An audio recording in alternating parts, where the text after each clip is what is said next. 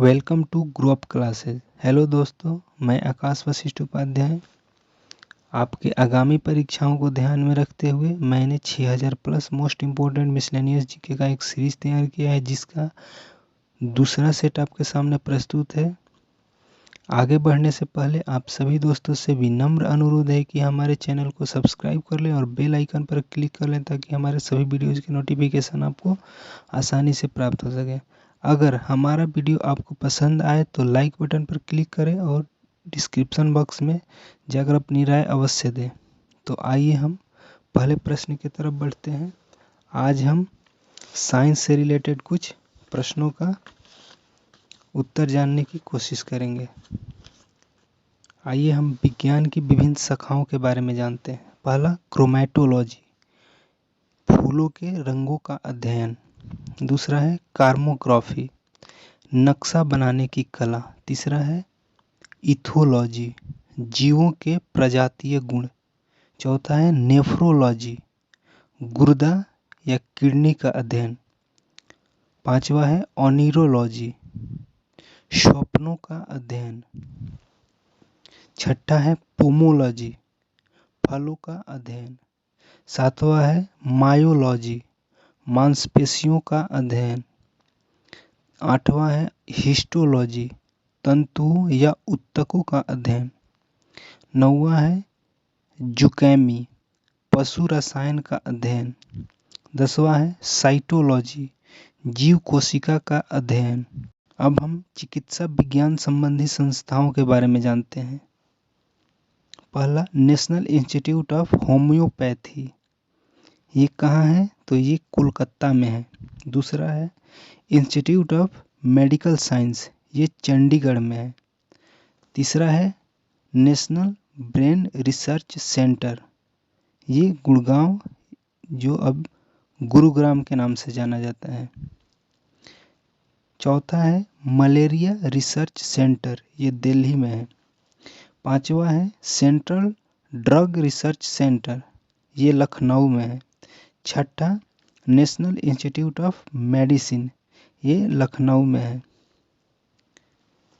अब हम परमाणु अनुसंधान संस्थाओं के बारे में जानते हैं। पहला, Indira Gandhi centre of atomic research, ये कलपक्कम तमिलनाडु में है। दूसरा है radio immuno assay centre, Dibrugarh Assam में है। तीसरा है BARC Bhabha atomic research centre, ये ट्राम्बे मुंबई में है।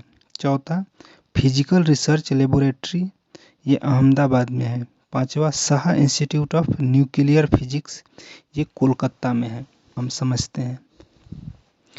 पहला, मुंह के अंदर की त्वचा, आहार नाल तथा फेफड़ा के बाहरी आवरण, जो मेम्ब्रेन होता है, वो एपिथेलियम ऊतक का बना होता है, एपिथेलियम टिश्यूज। आगे बढ़ते हैं। कार्बोहाइड्रेट 3 प्रकार के होते हैं, मोनोसेक्राइड्स, डाइसेक्राइड्स एंड पॉलीसेक्राइड्स। आगे बढ़ते हैं। विटामिन डी की कमी से बच्चों में रिकेट्स और वयस्कों में ऑस्टियोमेलेसिया रोग होता है।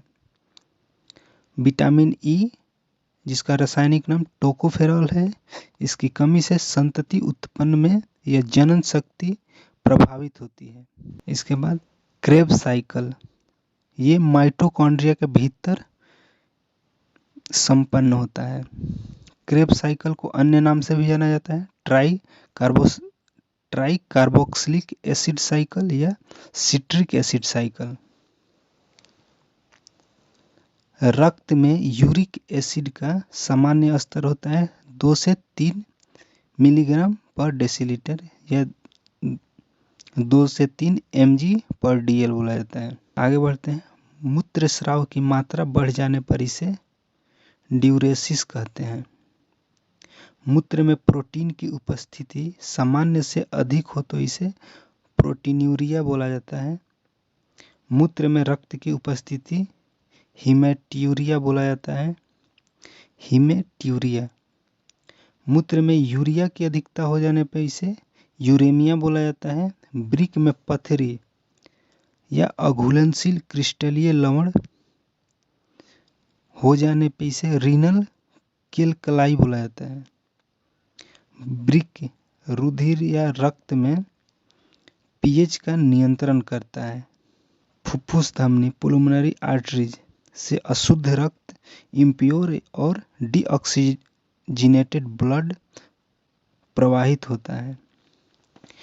पेसमेकर दाएं अलिंद की दीवार में चिपका होता है, दबा होता है। पसलियों को आपस में जोड़ने वाली अस्थि स्टर्नम बोला जाता है। आगे बढ़ते हैं। कशेरुक दंड या स्पाइनल कॉर्ड का विकास नोटोकॉर्ड से होता है। मनुष्य के खोपड़ी में कुल 29 अस्थियां होती है। मनुष्य के चेहरे में कुल 14 अस्थियां होती है।